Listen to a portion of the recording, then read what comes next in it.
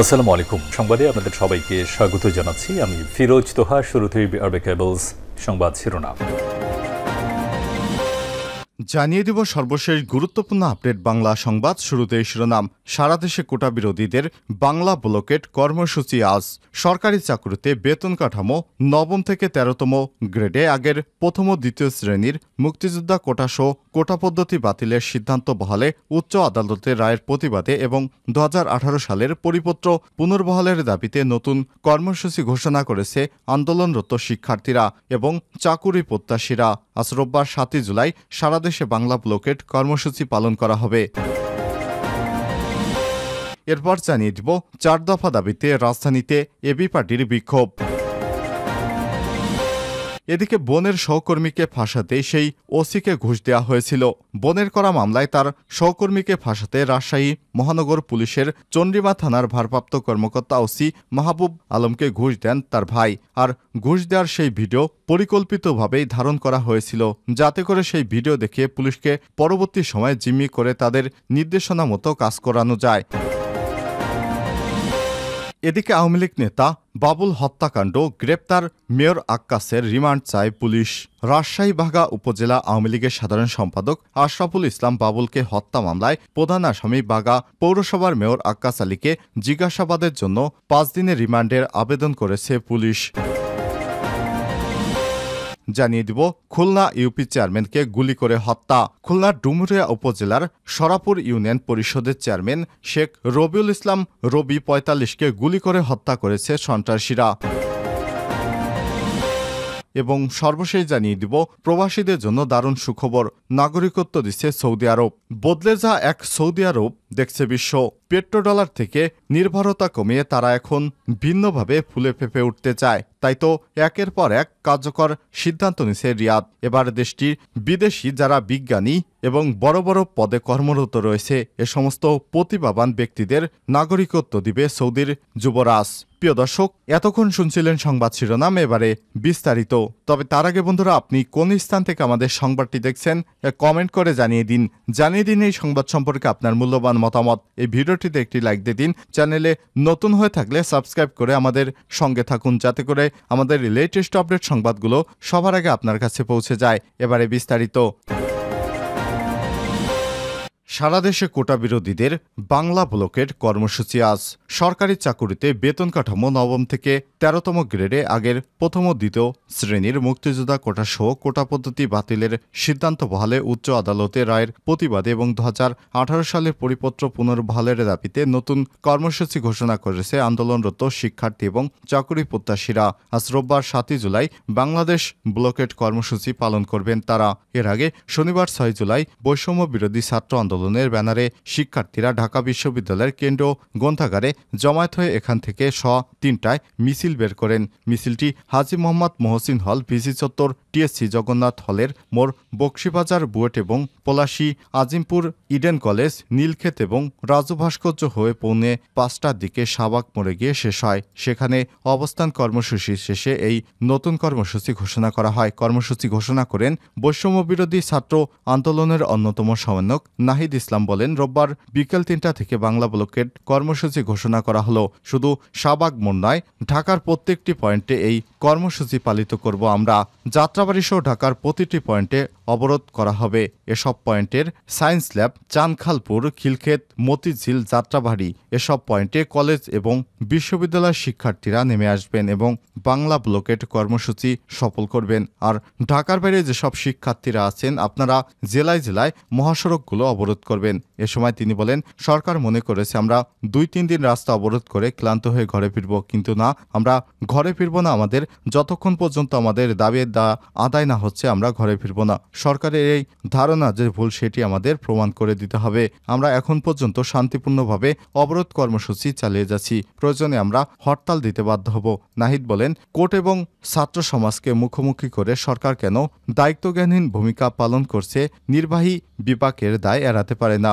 2018 সালে প্রধানমন্ত্রী যেখানে আমাদের প্রতিশ্রুতি দিয়েছিলেন কোটা থাকবে, সেই কোটা এখন কেন ফিরে এলো, এর জবাব দিতে হবে সরকারকে। এর সময় তিনি বলেন, প্রথম ও দ্বিতীয় শ্রেণী নয়, বরং সব শ্রেণীর ক্ষেত্রেই চাকরির বৈষম্য, আমাদের ভেদাভেদ তুলে দিতে সরকারকে বাধ্য করতে হবে।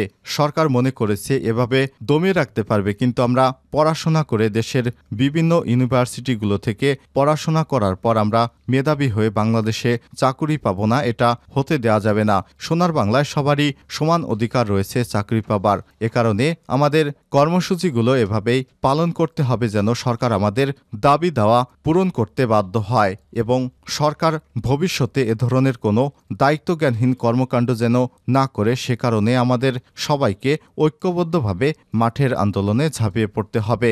আমরা আমাদের চাকুরির কোটা বাতিলের দাবি আদায় করে তারপর ঘরে ফিরব ইনশাল্লাহ।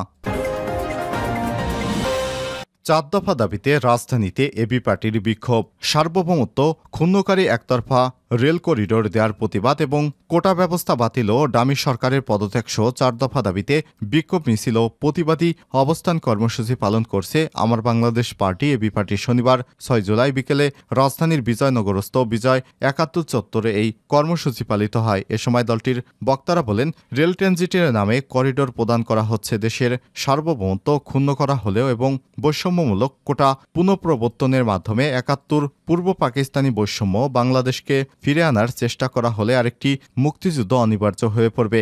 এবি পার্টির যুগ্ম আহ্বায়ক অধ্যাপক ডক্টর মেজর অবসরপ্রাপ্ত আব্দুল ওহাব মিনারের সভাপতিত্বে দপ্তর সম্পাদক আব্দুল আল মামুন রানার সঞ্চালনায় সমাবেশে বক্তব্য রাখেন যুগ্ম আহ্বায়ক অ্যাডভোকেট তাজুল ইসলাম এবং বি.এম. নাজমুল হক, সদস্য সচিব মজিবুর রহমান মঞ্জু, যুগ্ম সদস্য সচিব ব্যারিস্টার আসাদুজ্জামান ফুয়াদ, কেন্দ্রীয় নেতা কর্নেল অবসরপ্রাপ্ত দিদারুল আলম, সহকারী সদস্য সচিব এবং ঢাকা মহানগর উত্তরের আহ্বায়ক আলতাফ হোসাইন, যুব পার্টির আহ্বায়ক এবাতুল্লাহ টুটুল এবং কেন্দ্র সদস্য এনামুল হক প্রমুখ। বনের সহকর্মীকে ফাঁসাতে গিয়ে পুলিশের ওসিকে ঘুষ দেওয়ার ভিডিও ধারণ করা হয়েছিল। বনের করা মামলায় তার সহকর্মীকে ফাঁসাতে রাজশাহী মহানগর পুলিশের চন্দ্রিমা থানার ভারপ্রাপ্ত কর্মকর্তা ওসি মাহবুব আলমকে ঘুষ দেন তার ভাই। আর ঘুষ দেওয়ার সেই ভিডিও পরিকল্পিতভাবেই ধারণ করা হয়েছিল, যাতে করে ভয় দেখে পুলিশকে পরবর্তী সময় জিম্মি করে তাদের নির্দেশনা মতো কাজ করানো যায়। চন্দ্রিমা থানার ওসির বিরুদ্ধে দপ্তরে বসে ঘুষ নেওয়ার একটি ভিডিও শুক্রবার 5 জুলাই সন্ধ্যায় ভাইরাল হয়। এরপর এই ঘটনার অনুসন্ধান এবং চাঞ্চল্যকর তথ্য বেরিয়ে আসে। ভিডিওটিতে যে ব্যক্তি ওসিকে খামে করে ঘুষের টাকা দেয় তার নাম মোহাম্মদ মুস্তাফিজুর রহমান। তার বোন রুবানা ফেরদৌস পশ্চিমাঞ্চল রেলের মেকানিক্যাল শাখার ট্রেসার পোস্টে কর্মরত। এদিকে ওই মামলা নেওয়া সরকারি কর্মচারী এবং মামলার আসামি শিকদারকে গ্রেপ্তার করতে চন্দ্রিমা থানার ওসি মাহবুবকে কয়েক দফায় টাকা দেওয়া হয়। সেই অর্থ লেনদেনের কাজটি করেন রুবানার ভাই মোহাম্মদ মুস্তাফিজুর রহমান। আর সেই ঘুষ দেওয়া অপরজনকে দিয়ে ভিডিওটি করিয়ে রাখেন মুস্তাফিজুর রহমান। গত 20 মে রুবানা অফিসের সহকর্মী মেকানিক্যাল শাখার ফেরোপ্রিন্টার আব্দুল খালেক শিকদারের বিরুদ্ধে নারী এবং শিশু নির্যাতন দমন আইনে মামলা করে 7 মে শিকদার তাদের দপ্তরে রুবানাকে শ্লীলতাহানি করে বলে ওই মামলার দাবি করা হয়। ওই মামলায় সাক্ষী করা হয় তাদের অফিসের অপর 4 সহকর্মীকে। তবে যাদের নামে মামলার সাক্ষী করা হয়েছে তাদের সবার দাবি তারা ওই ঘটনা দেখেনি বা জানেনি। এ মামলায় গত 26 মে গ্রেপ্তার হন আব্দুল খালেক শিকদার। এখন তিনি জামিনে বের হয়ে অসুস্থ হয়ে হাসপাতালে ভর্তি রয়েছেন। শিকদার বলেন, আমি হার্টের রোগী, আমার 2 ছেলে মেয়ে, তাদের সবার বিয়ে হয়ে গেছে, নাতি নাতনি রয়েছে, আমার স্ত্রীও আমার অফিসে চাকরি করে।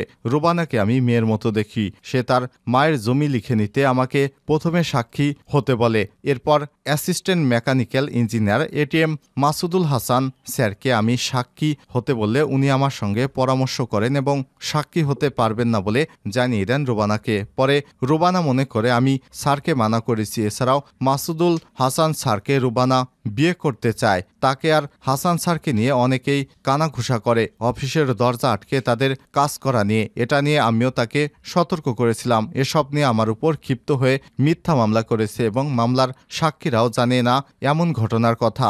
মামলার 3য় এবং 4র্থ সাক্ষী ও রেলের কর্মচারী তানজিরা রহমান মোহাম্মদ হারুন জানান, রুবানার সঙ্গে অফিসে এমন কিছু হয়েছে বলে আমার জানা নেই। আর রুবানার মামলায় তাদেরকে সাক্ষী করার ঘটনাও তারা বিবৃত। থানায় তারা এ বিষয়ে তাদের বক্তব্য দিয়েছে। তারা জানান, রোবানা পশ্চিম অঞ্চলের রেলের assistant mechanical engineer ATM Masudul হাসানকে বিয়ে করতে চায়। অফিসে বহুদিন থেকেই কানাঘুষা হচ্ছে। এটা নতুন বিষয় নয়। মামলার দ্বিতীয় সাক্ষী পশ্চিমাঞ্চলের রেলের assistant mechanical engineer ATM Masudul Haque জানান, রোবানার মামলায় সে সময় এই ঘটনা উল্লেখ করা হয়েছে তা আমার জানা নেই। ওই সময় আমি অফিসে ছিলাম না। সে কেন আমাকে সাক্ষী করলো তা আমার জানা নেই। রোবানার সঙ্গে তার সম্পর্কের বিষয় নিয়ে কানাঘুষার বিষয় তিনি জানান, 4 থেকে 5টি পোস্টে ফাঁকা থাকায় রোবানাকে নিয়েই আমাকে কাজ করতে হয়। এগুলো যারা ছড়াচ্ছে সব মিথ্যা। এ বিষয়ে পশ্চিমাঞ্চলের রেলের মেকানিক্যাল শাখার ট্রেসার রোমানা ফেরদৌস বলেন, আমি মামলা করেছি, তবে এ বিষয়ে কোনো কথা বলতে চাই না। পরে তিনি ফোনের সংযোগ কেটে দেয়। পরবর্তী তাকে একাধিকবার ফোন করলেও তিনি রিসিভ করেননি। আওয়ামী লীগ নেতা বাবুল হত্যাকাণ্ড, গ্রেপ্তার মেয়র আক্কাসে রিমান্ড চায় পুলিশ।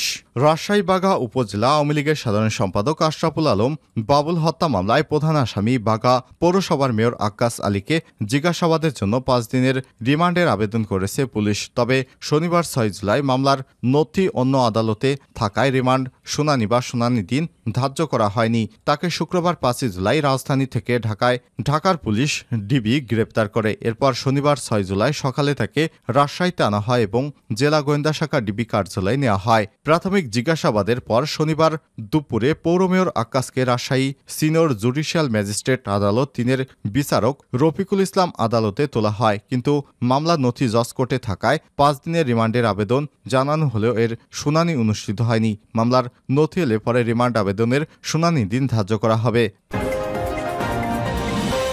খুলনা ইউপি চেয়ারম্যানকে গুলি করে হত্যা। খুলনার ডুমুরিয়া উপজেলার সরাপুর ইউনিয়ন পরিষদ চেয়ারম্যান শেখ রবিউল ইসলাম ববিকে গুলি করে হত্যা করেছে সন্ত্রাসীরা। শনিবার 6 জুলাই রাত 10টার দিকে উপজেলার খুলনা সাতক্ষীরা মহাসড়কে গুডুদিয়া ওয়াবদা এলাকায় দুর্ঘটনা ঘটে। ডুমুরিয়া থানার ওসি সুকান্ত কুমার শাহ চেয়ারম্যানের মৃত্যুর বিষয়টি নিশ্চিত করেছেন। পুলিশ এবং স্থানীয়রা জানায়, আজ সন্ধ্যায় উপজেলা আওয়ামী লীগের বর্ধিত সভায় অংশগ্রহণ শেষে রাত 10টার দিকে মোটরসাইকেল যোগে খুলনা নগরীর বাসায় ফিরছিলেন তিনি। খুলনা সাতক্ষীরা মহাসড়কের গুটুদিয়া স্কুলের কাছে পৌঁছলে 2 থেকে 3 জনের একদল দুর্বৃত্ত তাকে লক্ষ্য করে গুলি করে। গুলিবিদ্ধ হয়ে তিনি রাস্তায় পড়ে যান। পরে স্থানীয় লোকজন তাকে উদ্ধার করে প্রথমে ডুমুরিয়া উপজেলা স্বাস্থ্য কমপ্লেক্স, পরে খুলনা মেডিকেল কলেজ হাসপাতালে নিয়ে যায়। সেখানে কর্তব্যরত চিকিৎসক তাকে মৃত ঘোষণা করে।